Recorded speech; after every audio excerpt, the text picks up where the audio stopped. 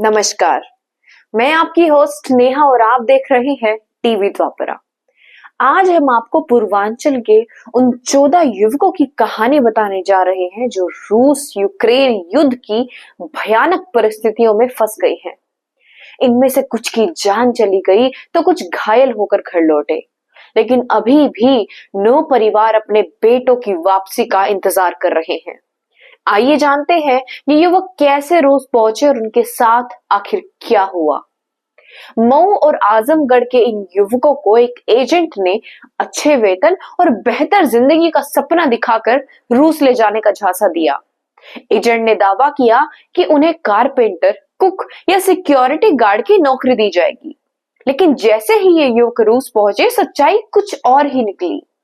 मऊ और आजमगढ़ जिले के एजेंट विनोद ने इन 14 युवकों के लिए पासपोर्ट और वीजा बनवाया।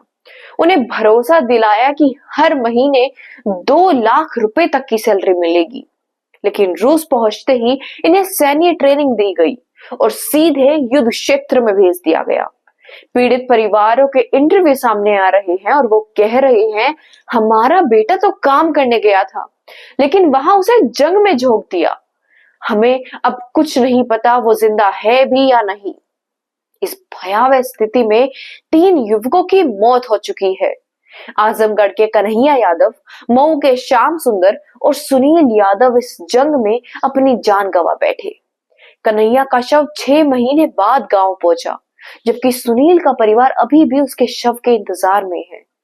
रूस से घायल होकर घर लौटे ब्रिजेश यादव ने मीडिया को बताया कि हमें सुरक्षा गार्ड की नौकरी का झांसा देकर ले जाया गया था। वहां पहुंचने के बाद हमें 15 दिन की सैन्य ट्रेनिंग दी गई और जंग में भेज दिया गया।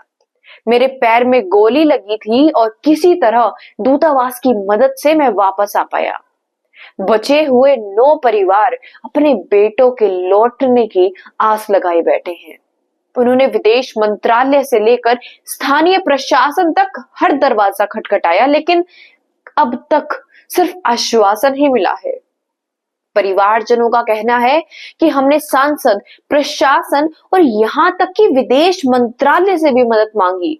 हमें बस अपने बच्चों की वापसी चाहिए और कुछ भी नहीं। मंगलवार को भारतीय विदेश मंत्रालय ने रूस के सामने इस मुद्दे को सख्ती से उठाया।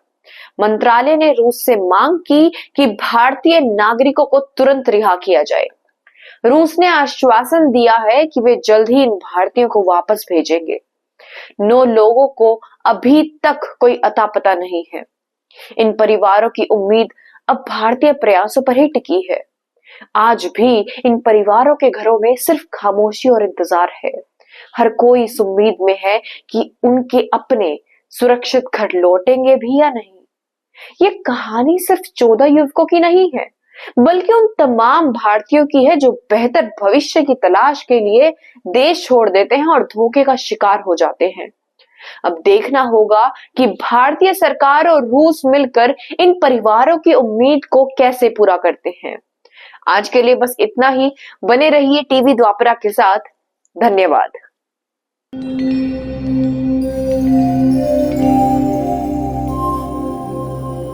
टीवी द्वापरा, संभवामि युगे युगे।